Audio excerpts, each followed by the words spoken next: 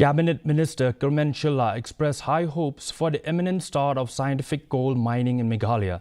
He defended the delay, stating that minerals beneath private land now belong to the landowners with the intervention of the government. When questioned about stringent SOPs potentially favoring large coal barons, Shylla suggested the government could request the central government to modify the rules if needed. Additionally, the Meghalaya government plans to roll out a QR-based tracking system for Indian-made foreign liquor sold in the state, aimed at improving transparency and monitoring.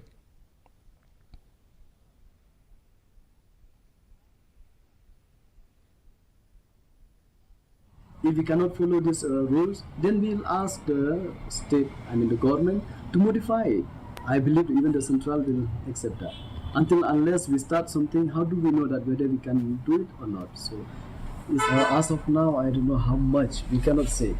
But we expect that it will help, it will bring benefits, and it will be easy for us to have this tracking system.